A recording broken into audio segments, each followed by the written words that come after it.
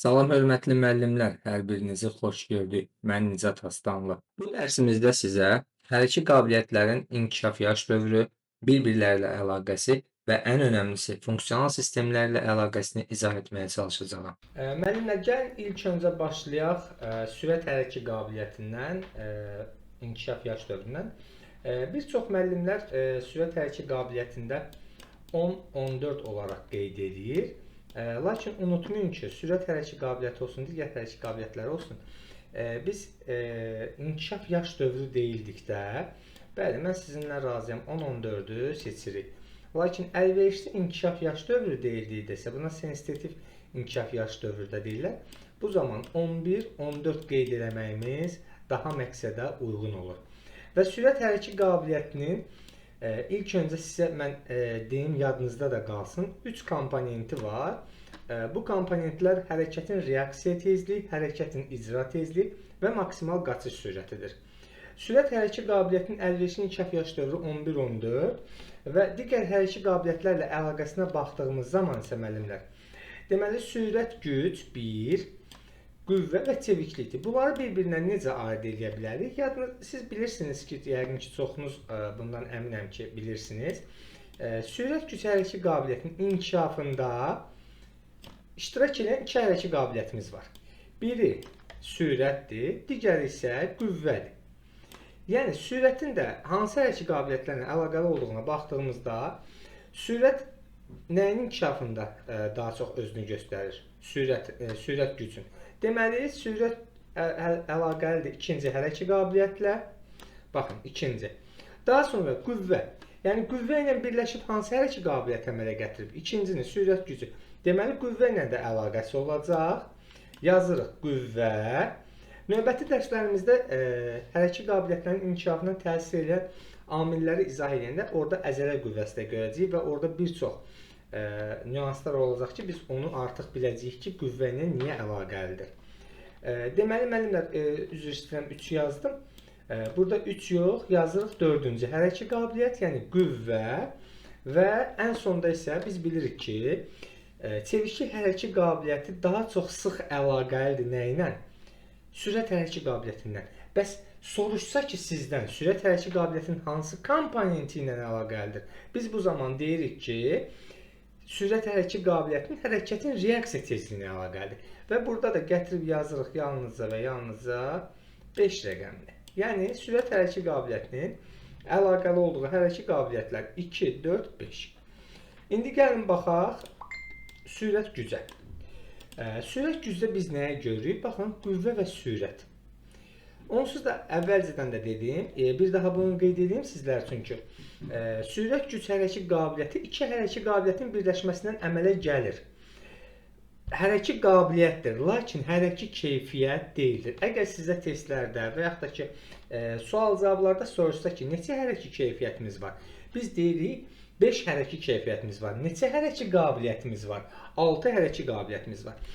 Adi bir misal mən sizə sual verim ki, mən sizə məsələn dolab bir yolla sual versəm ki, müəllimlər, sürət hərəkət qabiliyyəti hansı hərəkət keyfiyyətlərlə əlaqəlidir? Baxın, hansı hərəkət keyfiyyətlərlə, qabiliyyətlər soruşmuram. Bu zaman biz 2-ni çıxardacağıq, yəni sürət gücü çıxardacağıq. Çünki sürət güc hərəkət qabiliyyəti olsa da, hərəkət keyfiyyət deyildir. Və sürət güc hərəkət qabiliyyətinin yaranmasında iştirak edən iki hərəkət qabiliyyətimiz var idi. Bunlar birinci nə idi? Sürət və 4-cü hərəkət qabiliyyətimiz olan qüvvə hərəkət qabiliyyəti. Yəni, bunu mən təqribi deyirəm, siz başqa cür də yadınızda saxlaya bilərsiniz. Adətən çərçivə üzərində bu cürlə sıralanır. Birinci yarım il keçirilən hərəkət qabiliyyətlər və ikinci yarım ildə keçirilən hərəkət qabiliyyətlər.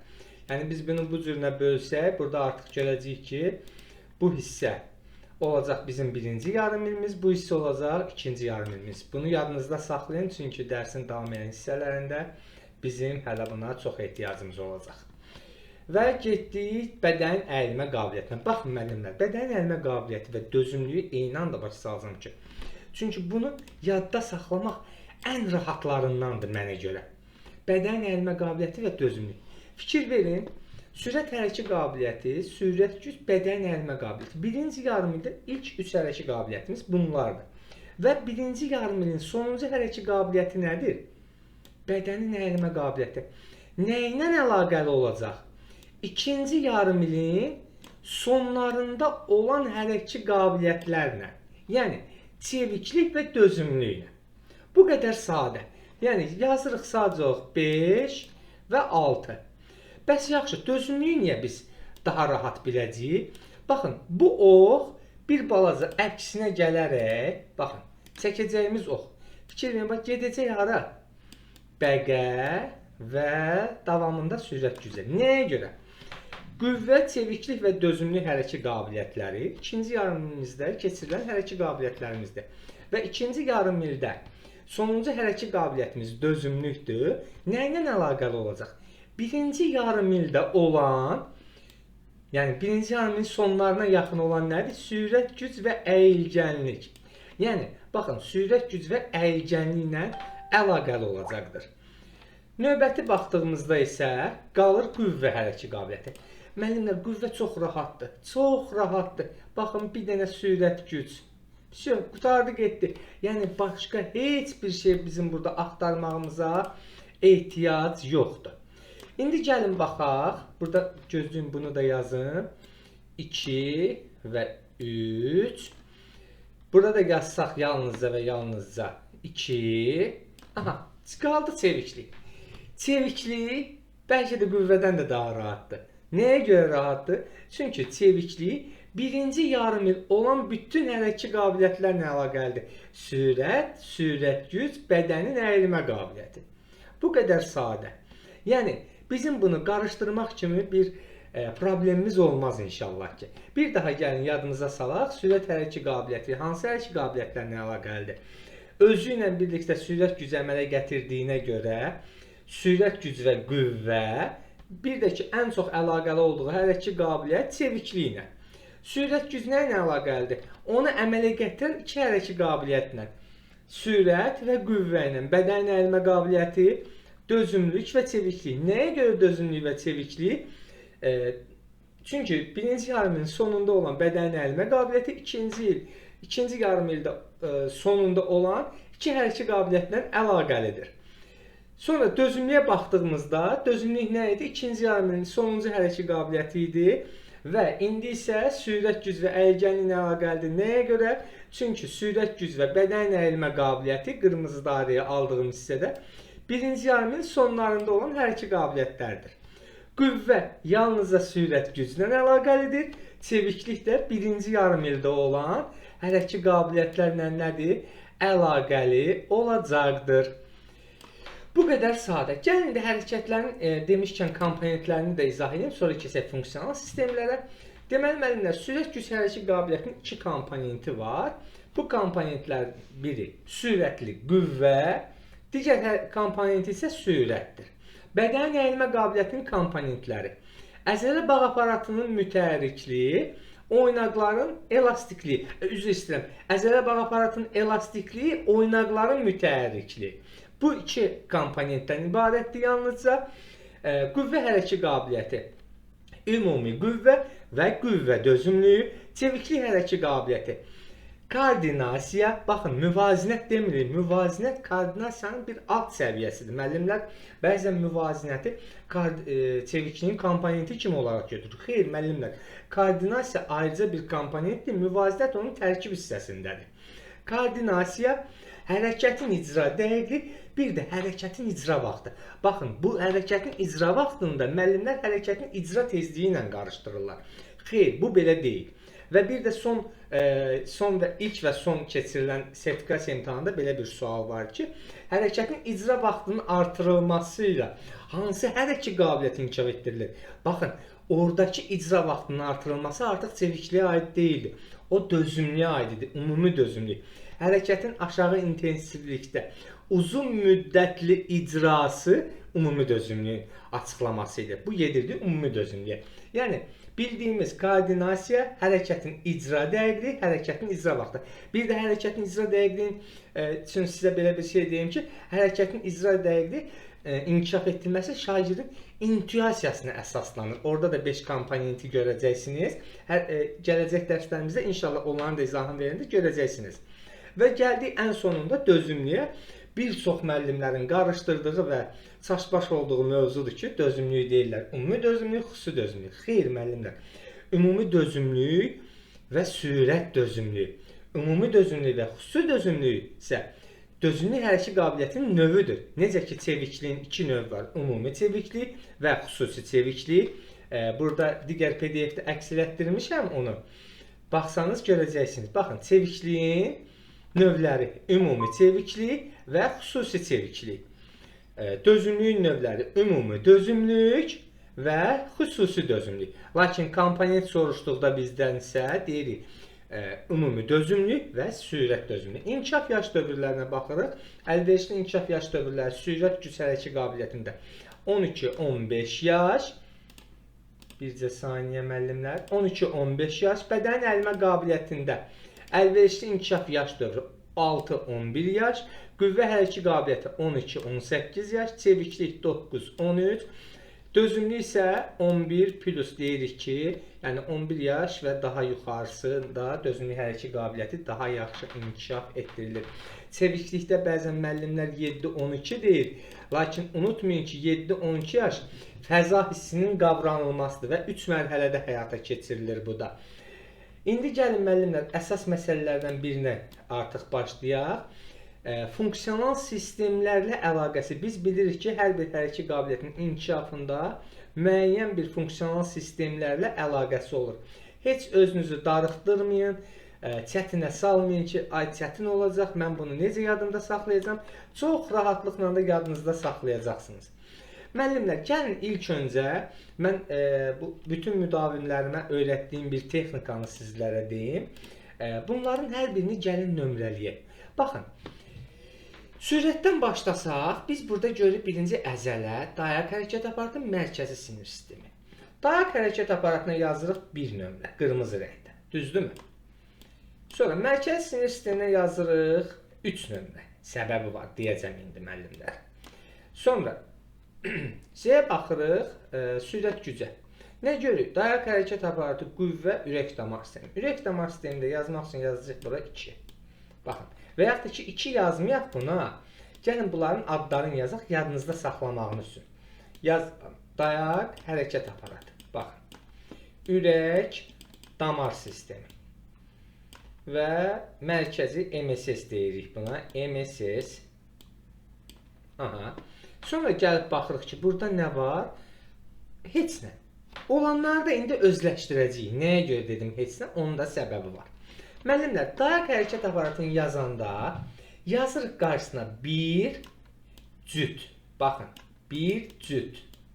Nəyə görə bir cüt yazırıq? Çünki dayaq hərəkət aparatını biz birinci hərəkət qabiliyyətdə görürük. Və daha sonra isə ikinci hərəkət qabiliyyətimiz olan sürət gücdə, dördüncü hərəkət qabiliyyətimiz olan qüvvədə və sonda 6-cı hərəkət qabiliyyətimiz olan dözümlükdə. Yəni, nə deməkdir bu? Birinci hərəkət qabiliyyətdə var və qalan cütlərdə var. Bəs yaxşı, niyə ürək damar sistemini buraya yazdım? Ürək damar sisteminə yazırıq yalnızca cütlər. Baxın, cütlər. Ürək damar sistemi. Baxırıq müəllimlər. Var 2-də. Bəli, var. Ürək damar sistemi 4-cü qüvvə hərəkət qabiliyyətində var, var. Dözümlülük hərəkət qabiliyyətində varmı? Bəli, var. Bitdi, getdi. İndi baxırıq mərkəzi sinir sisteminə. Yazırıq yalnızca tək. Baxın, təklər də yaza bilərik, tək də yazsaq kifayət edir. Nəyə görə tək? Baxın, birinci hərəkət qabiliyyətimiz mərkəzi sinir sistemində varmı? Bəli, var. Üçüncü hərəkət qabiliyyətimiz bədən əlimə qabiliyyəti varmı? Bəli, var. Bəs yaxşı, 5-ci hərəkət qabiliyyətimiz çeviklikdə varmı? Bəli, var. Çeviklik hərəkət qabiliyyətində də var zaten bu. Baxın, təklərdə 1, 3, 5. Dayaq hərəkət aparatı 1 cütlərdə 1, 2, 4, 6. Ürək damar sistemi 2, 4, 6. MSS, yəni mərkəzi sinir sistemi isə 1, 3 və 5-ci hərəkət qabiliyyətlərdə görmüş oluruq. İndi baxaq, burada biz nələrimiz var? Əzələ. Baxın, müəllimlər, əzələ yalnızca və yalnızca sürətin özünə məxsusdur. Əzələ sistemi yox ha. Əzələ sistemini desə əgər bizə, baxın, yazaq buna. Bunu yalnızca və yalnızca yazırıq 4 və 5-ə. Baxın, İkinci yarımının ilk hərəkət qabiliyyətləri 4 və 5. Baxın, əzələ sistemi. Qurtardı getdi. Baxın, biz artıq çevikliyi tapmışıq. 4-5-i yazdıq və biz bura bir dənə MSS-i yazdıq və çeviklik hərəkət qabiliyyətində bitdi hər bir şeyimiz. Qüvvədə bitdi hər bir şeyimiz. İşte. İndi baxırıq. Qüvvə. Baxın. Biz bu yaxları hərəkət qabiliyyətlərinin komponentlərini sayarkən sürət gücdə nə dedik? Dedik sürətli qüvvə və sürət. Baxın. Biz bilirdik də zaten ki, sürət güc nə idi? İki hərəkət qabiliyyətin birləşməsindən əmələ gəlirdi. Sürət və qüvvənin. Sürət özünü sürət gücdə komponent kimi, qüvvə isə özünü funksional sistem kimi göstərir. Yəni biz qüvvə adlı funksional sistemi yalnızca sürət gücdə görürük. Başqa heç bir hərəkət qabiliyyətdə biz bu funksional sistemi görmürük. Üçüncü əzələ bağ aparatına baxırıq müəllimlər. Baxın, əzələ bağ aparatı bədənin ərimə qabiliyyətinə. Bədənin ərimə qabiliyyətinin komponentləri nə idi? Bir yaxlar nə dedi? Əzələ bağ aparatının, baxın, əzələ bağ aparatının elastikliyi. Düzdürmü? Elastikliyi. Baxın, elastiklik sözünü silirik. Bir də nə deyirik? Oynaqların mütəhərrikliyi. Mütəhərrikliyi də silirik. Geridə nə qalır müəllimlər? Əzələ bağ aparatı və oynaqlar. Bitdi, getdi. Yəni, komponentlərin son sözlərini silməklə biz artıq funksional sistemi tapmış oluruq. Əzələ bağ aparatının elastikliyi olmalıydı. Olsaydı əgər komponent idi. Sildik, nə elədik bunu? Funksional sistem. Oynaqların mütəhərrikliyi olsaydı nə olacaqdı? Komponent. Mütəhərrikliyi sildik, nə elədik? Funksional sistem. Digər funksional sistemimiz isə yalnızca tərkiblərdə olan MSS, yəni mərkəzi sinir sistemi.